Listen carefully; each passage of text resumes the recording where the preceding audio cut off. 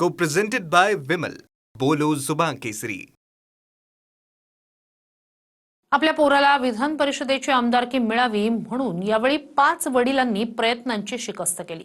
त्यापैकी दोघांना यश आलं, पण इतर तिघांचे प्रयत्न अपुरे पडले. तटकरे कुटुंबात तर आता वडील खासदार, लेक राज्यात मंत्री आणि मुलगा विधान परिषदेचा आमदार असं असणार आहे. पाहूया हा रिपोर्ट. नगरपालिका या कार्यकर्त्यांच्या निवडणुका सांगून तिथे सुद्धा आपल्याच कुटुंब कबिल्याला तिकीट दिल्यानंतर आता तीच स्थिती विधान परिषद निवडणुकांमध्ये सुद्धा दिसली. आपल्या मुलांना विधान परिषदेची आमदारकी मिळावी म्हणून एकूण 5 बापांनी फिल्डिंग लावली. त्यापैकी 2 बापांना यश आलं, तर इतर तिघांना माघार घ्यावी लागली. रायगड, रत्नागिरी, सिंधुदुर्ग विधान परिषदेतून खासदार सुनील तटकरेंनी आमदारकीसाठी त्यांचे पुत्र अनिकेत तटकरेंसाठी उमेदवारी मिळवली.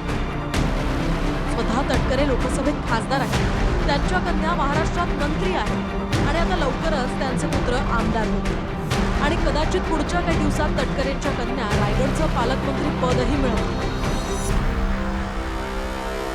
पुणे विधान परिषदेसाठी तर संजय काकडेंनी भाजपचं कमळ सोडून राष्ट्रवादीचं घड्याळ हाती बांधलं आणि त्याच्या काही तासातच पुत्र विक्रम काकडेंसाठी उमेदवारी मिळवून घेतली. प्रवेशानंतर तातडीनं तिकिटाच्या स्पर्धेत संजय काकडेंनी गेल्या 3 वर्षातल्या साऱ्या राजकीय प्रवेशांना मागे टाकल्याची चर्चा आहे. राष्ट्रवादीतल्या 2 नेत्यांनी पुत्रासाठी लावलेली ही फिल्डिंग कामाला शिंदेच्या सेनेतील नेत्यांच्या वाट्याला निराशा. छत्रपती संभाजीनगर विधान परिषदेत अब्दुल सत्तारांनी त्यांच्या मुलाच्या उमेदवारीसाठी बंडाचं निशाण घेतलं.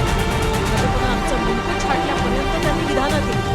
मात्र 24 तासातच सत्तारांच्या बंडाचा झेंडा खाली उतरवण्यात आला. तिकडे जळगावात सेनेचे मंत्री गुलाबराव पाटलांनी पुत्र प्रताप पाटलांसाठी उमेदवारीचे प्रयत्न केले, मात्र त्यांनाही यश आलं नाही. पाचोऱ्यातील शिंदेचे शिवसेनेचे आमदार किशोर पाटील हे सुद्धा पुत्र सुमित पाटीलसाठी आग्रही होते, पण त्यांचेही प्रयत्न अपुरे पडले.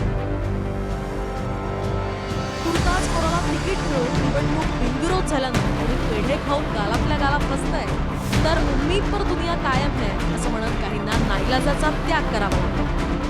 असाच त्याग आणि हसतमुखानं सारे भावी आमदार स्थानिक संस्थांचे प्रश्न विधान परिषदेवर जाऊन सोडवतील अशी आशा जनतेसह आमदार खासदार पुत्रांच्या वडिलांनाही नक्कीच असेल. मी काही 18 महिने झाले, निवडणुका झाल्या. 18 महिन्यामध्ये आम्हाला कोणी 18 रुपयाची मदत करत नाही. हे पहा, मी स्पष्ट बोललो, मुंडका आणि हातपाय आमच्या ज्या खालच्या संस्था आहेत त्या छाटायच्या आहे. जिल्हा परिषद आमच्या ताब्यातून घेतली. आमच्याकडची महापालिकेचा महापौर शिवसेनेचा असायचा, तो घेऊन टाकला.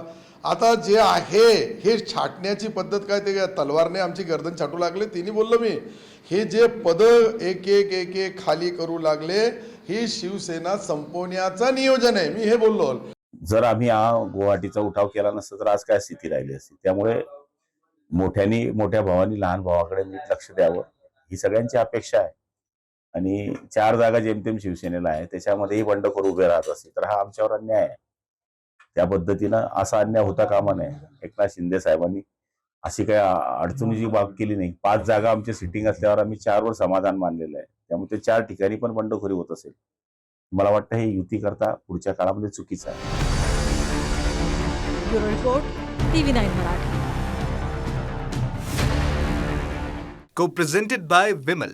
बोलो जुबान केसरी.